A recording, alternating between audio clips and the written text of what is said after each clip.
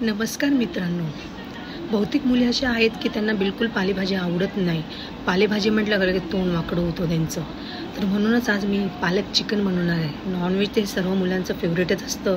बघूया, ट्राय करून बघूया आज माझा मुलगा पालक चिकन खातो की नाही.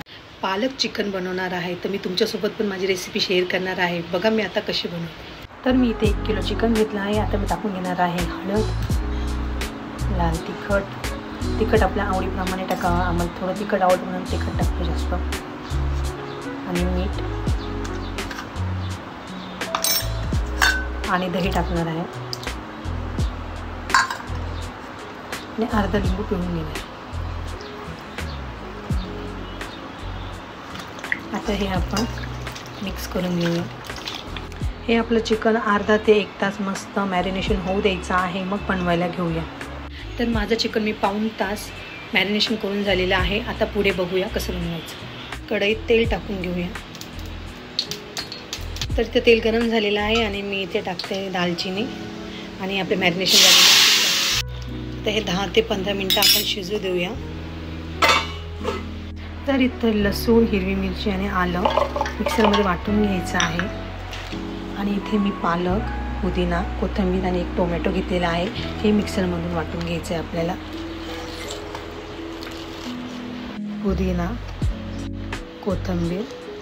तर इथे आपलं वाटण तयार झालेलं आहे. आता मी बाउलमध्ये काढून घेते.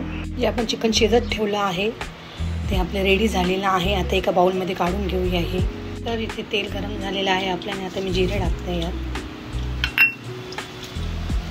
आणि 1 चमचा बटर, अमूलचं बटर घेतलेलं आहे. जी पालक पुदिन्याची प्युरी बनवलेली आहे ती आता टाकूया यात. मिक्स करून घेऊया. थोडंसं याला तेल सुटू देऊया. थोडी उकळी आली का मग आपण चिकन टाकूया. उकळी आलेली आहे. आता यात मसाले टाकूया. पहिले हळद, लाल तिखट आणि गरम मसाला मिक्स करून घेऊया.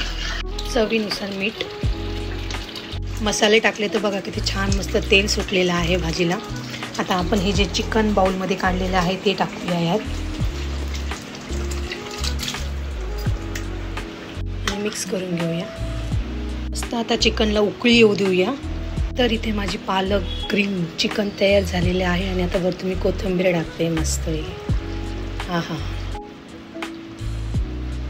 अशा प्रकारे मी पालक चिकन बनवलेलं आहे. असंच तुम्ही ही रेसिपी तुमच्या मुलांसाठी पण ट्राय करा नक्की. मुलं आवडीने खातील आणि मी माझी मुलाची रिॲक्शन कशी आहे ते तुम्हाला मी दाखवणार आहे. रेयांश चिकन येस खा. आता मला खाऊन जाऊन कसे झाले.